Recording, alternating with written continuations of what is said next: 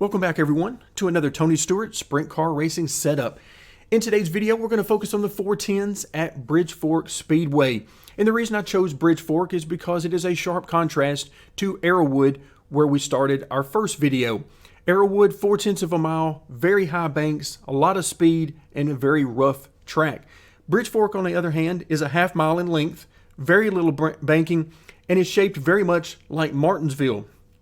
You've got very long straightaways with very sharp and tight corners. So the focus here from a driving perspective is patience. On entry, you want to make sure that you don't drive the car in too hard. And the way you'll know if you're doing that is that the car, once you get toward the center of the corner, will want to slide up the racetrack and scrub off a lot of speed. The more speed we scrub off in the corners, the slower that we're going to be overall. And of course, that's going to kill our lap times. Once we get to the center of the corner and on exit, our focus is on rear grip. We want to be able to get back to the throttle, and rather than spinning our tires, we want to be able to increase our speed from the center of the corner off. So in recap, on entry to the corner, we want to make sure that we get in there nice and tight without sliding up the track and scrubbing off a lot of speed. From the center of the corner, we want to make sure we get the car rotated to point in the right direction for exit rather than just shoving it out, the nose out toward the wall. Make sure you get the car turned and have enough patience to wait on the car to rotate. But then once you get back to the gas, we want a lot of rear grip so that we can accelerate hard off the corner.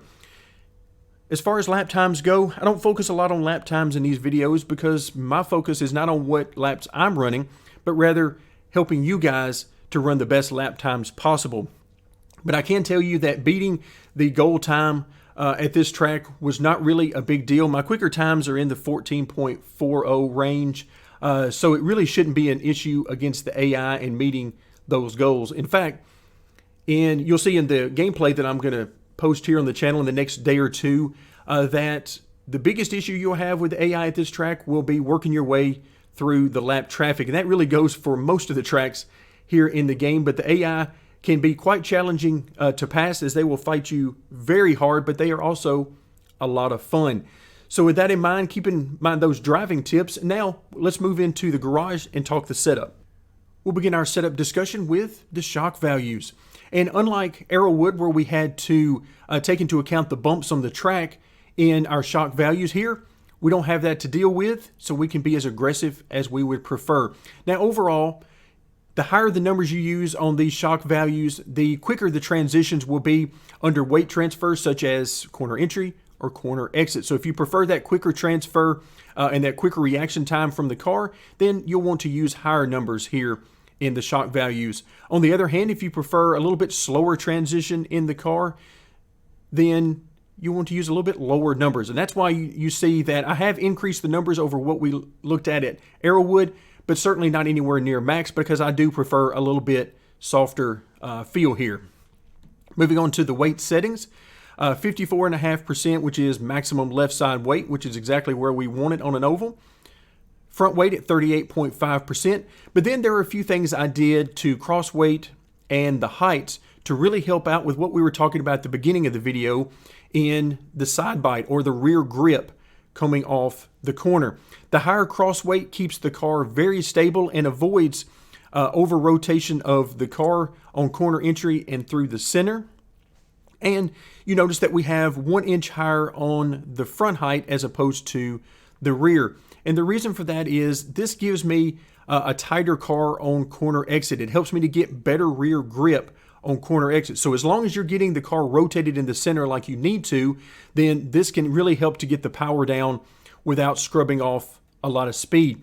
If you find that the car is just too tight for you on corner exit, then simply lower this number back down closer to the rear value, and that should help the car to rotate better on corner exit. Moving on now to the torsion bar diameters. Once again, you see that I'm using either the minimum or very close to the minimum on the torsion bar. Now here, my preference, much like on the shocks, is to use very soft bars because that gives me a better feel.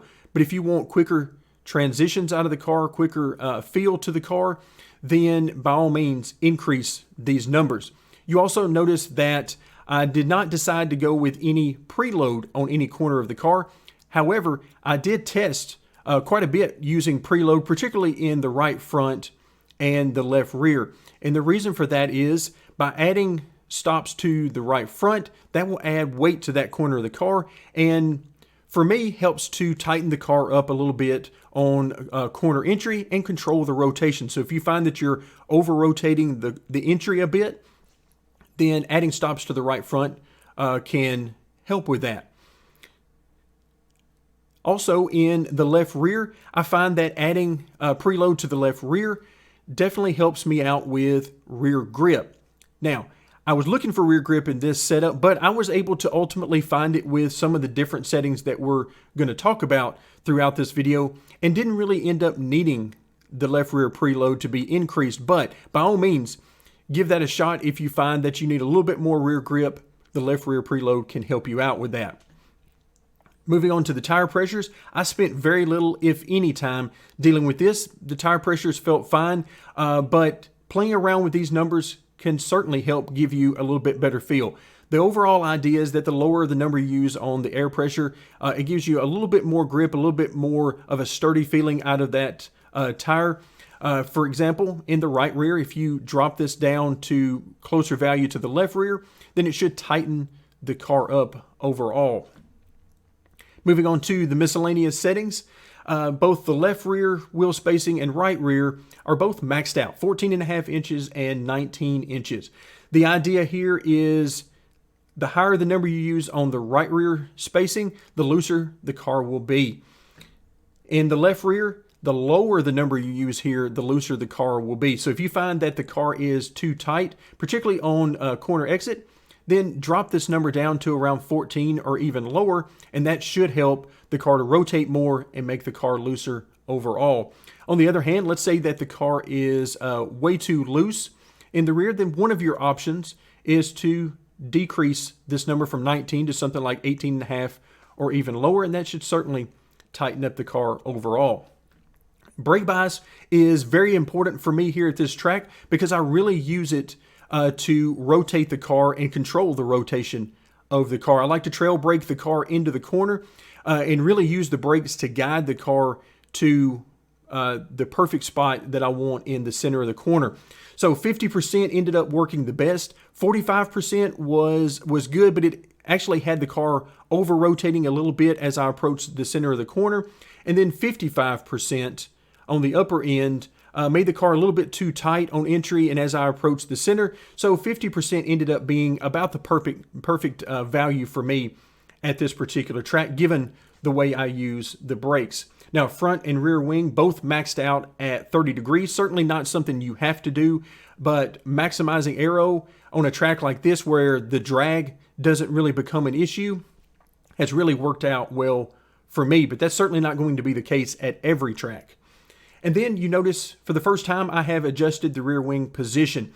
So as we talked about a little bit in the Arrowwood video, it is applicable that when you adjust this and actually use an increased negative value, you're moving this rear wing closer to the rear of the car, and that serves to tighten the chassis. So I'm using a -3 here because that helps with the rear grip on corner exit. It really helps to stabilize the car and put a little bit more weight on the rear tires to help me get better grip on corner exit. But if you find that the car is just too tight and not rotating the way you would like, then one of your options is to come in here and move this back closer to 0, and that will certainly allow the car to rotate more.